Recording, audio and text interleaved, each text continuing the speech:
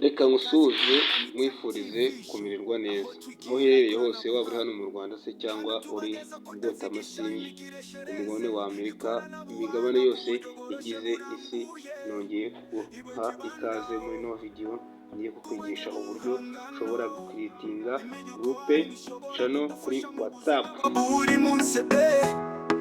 Hari ikibazo nahuye nacyo n'umuntu udukurikira wakimbajije, video zose uzajya ubona turi gukora kuri iyi channel ni ibibazo by'abadukurikira tuba turi kugenda dusubiza. Ushobora kuba nawe warahuye n'iki kibazo, niyo mpamvu mvuze ngo reka usubize nkoresheje YouTube. Video ibyerekana iri kuri YouTube kugira ngo n'abandi bazaza nyuma bafite icyo kibazo bazabone igisubizo. Hari umuntu ushobora gukiriya group ya WhatsApp akabona cyangwa se nabashe kuba yasetinga settings za group ya WhatsApp, bityo akadinga abantu muri group ya WhatsApp, ariko abo bantu bakaba bafite ububasha n'uburenganzira bwo kuba bakweditinga ibyo admin yashyizeho. Admin ashobora gusetinga agapininga wenda nka link cyangwa se n'itangazo hejuru, umuntu akaza akaba yarikuraho ako yishakiye, akaba yaza agahindura izina rya group, akaba yaza agahindura logo y'ifoto ya group, akaba yaza agasiba ama message ya group atabiherewe uburenganzira, bityo bikaba byatuma group icyo gihe ibijagaraye itagiye idafite umurongo ngenderwaho. Kandi hari abantu kuzaza bagahindura izina, agahita bahindura n'ikirango, ibyo ngibyo ni bwo ugahita bahindura n'ikirango cy'ifoto kiranga group yawe. Muri ino video ndakwigisha uburyo ushyira icyo bita default pin. Ubu ni ukuntu message zihanagura cyangwa se zihanagura mu gihe wowe ushaka. Zishobora kwihanagura mu masaha 24 cyangwa se mu minsi 7 igize icyumweru cyangwa se mu mezi 3, ubwo ni iminsi 90. Ushobora kubisetingamo ukabishyiramo igihe cyajya kigera cy'icyo gihe message zikihanagura kuri buri muntu wese.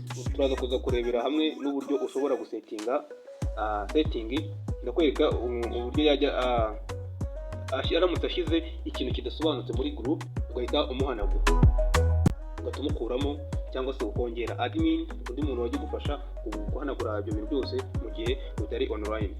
Ibyo ngibyo nari mbabwiye ni mu gihe umuntu yashyize ikintu kidakwiriye muri group, ugahita umusiba cyangwa se ukamurimuvinga ukamukura muri group ku rubuga. Group yawe ugasanga ifite amategeko n'amabwiriza yiranga.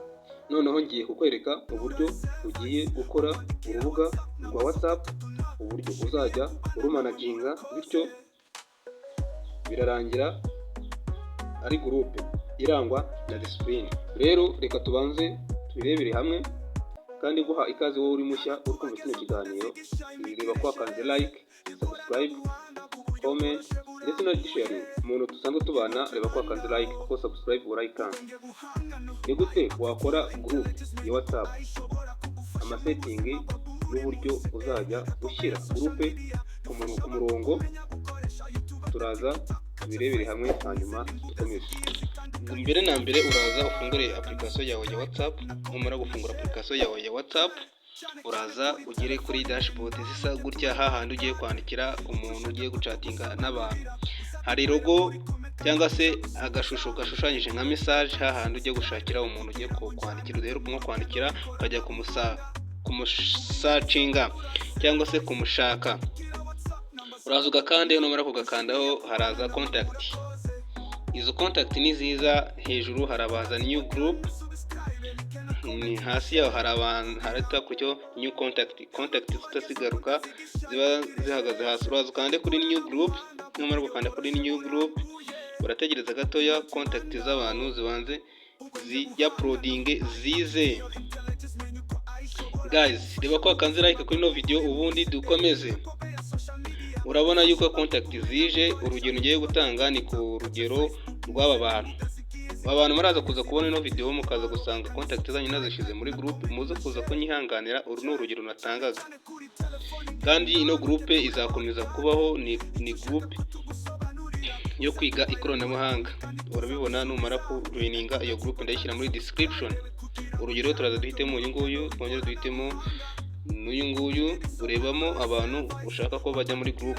Abantu wowe ushaka, iyo ugiye ushira umuntu muri group urabanza urabimubwira, cyangwa se ukamubwira ati niba ushaka kujoininga group yijoininga. Iyo mushyize muri group atabishaka, usanga muserera aza muri group atukana, ubundi no group igamije iki, washyira iki muri group. Ibyo urumva ni rwaserera. Kugira ngo izo rwaserera uzirinde, uburyo ugiye guhanga group ugomba kuvuga ati kuwa mbere kuwa gatatu ngomba kuba mfungura group, numve ibitekerezo byawo, ariko ugashyira umuntu muri group ubishaka. Iziri contact zose ugenda uhitamo contact ukeneye ushaka ko zijya muri group. Okay, njye nahisemo 5 bitewe nk'urugero kugira ngo wenda nashyira umuntu muri group atabishaka. Ibyo birangiye tukanda kwa kantu umenyetso k'umwambi, noneho ugajya guhimba izina, kuyita urubuga rwawe kurwita izina. Reka turwite MTech TV Show, reka tubyandike neza nk'uko channel ya MTech TV Show ibivuga ko urubuga ruzagumaho. Ushaka kurujoininga turashyira link muri description cyangwa se muri comment ibanza, urayiza kuyisangamo. Yes, iyo urangije tukanda hano kuri V, wamara gukanda kuri V icyo gihe ugaba uhanze izina group. Urubuga rumaze gukorwa neza cyane. Ubu twakwandikira abantu bose dufite muri group message ikaba yabiraho mu kanya gato nk'ako guhumbya. Ako kanya iyo tumara kwandika ino message murahona mumeze neza, barahita bayibona bose ubu bamaze kuyisoma. Okay, ikindi kintu dusigaje kuri no group tumaze gukiriya, tugiye kurebera hamwe ino iyo bita group permission. Group permission ni setting ushobora kwemerera umuntu wese kuba yakweditinga urubuga rwawe. Iyo gafunze nta muntu n'umwe wemerewe kuba yakweditinga urubuga rwawe, nko kweditinga izina cyangwa se kweditinga ifoto ayihindura, cyangwa se kuba yafata uburenganzira bwo gusiba umuntu wese ufite uri kuri urubuga. Ugomba kugafunga akantu kari munsi ka send message. Ni ukuvuga ngo iyo ugafunze group uba uyifunze. Iyo ufunze kano kantu ka send message group uba uyifunze. Iyo ugafunguye group uba uyifunguye, abantu bagatangira bakaganira. Muri make no gufungura uruganiriro. Aha handitse and other member, ni ukuvuga ngo no hantu ushyirira admin wa kabiri. Yego, nuko ahantu ushyira admin wa kabiri, na hasi ushobora kwemera buri muntu wese kuba yaba admin. Ni ukuvuga ngo utu tuntu twose dusigaye uradufunga twose. N'aka ngaka ka approve new member, ni ukuvuga ngo buri muntu wese wawemerewe kuba yafata link akagushakira abantu. Ushobora no gufata ino link akahita sharinga ku bantu bose, agahita kuzanira abantu afite kuri WhatsApp bose, agahita bakuzanira muri group. Aha ngaha urabibemerera kuba yagira yakuzanira abantu akagusharingira link, buri muntu wese akaza yinjiramo abishaka. Okay, ikindi gisigaje ndakeka ari ugushyiraho ifoto. Reka nze dukomeze. Okay, aha ngaha ni uburyo bwo kuba washyiraho ifoto cyangwa se logo wateguye. Muri hangana ino video nyikoze imvura agacemerereyemo irimo iragwa, ariko muri hanganijwe ndagerageza mvuge cyane kugira ngo mubashe kunyumva. Okay, aha ngaha tugiye gushyiraho ifoto cyangwa se logo twateguye. Urakanda kwa karagatwe, barangiza ukande kuri galeri.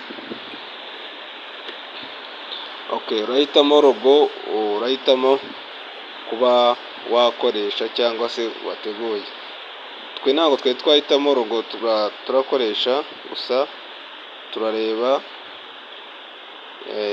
logo ijyanye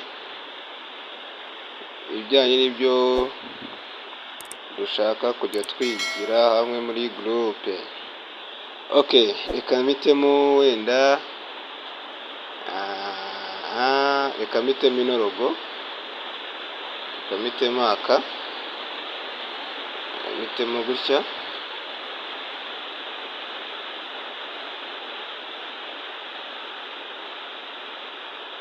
Okay, kaduhitemo kano, nta kibazo gatwaye. Turahitamo kano, niko keza. Yeah. Ahangaha hano washyira description, amategeko n'amabwiriza aba agenga groupe. Yes, abantu baracyari bakeya, twashyizeho 5 kugira ngo mbereke uburyo twajya tubikora. Yes.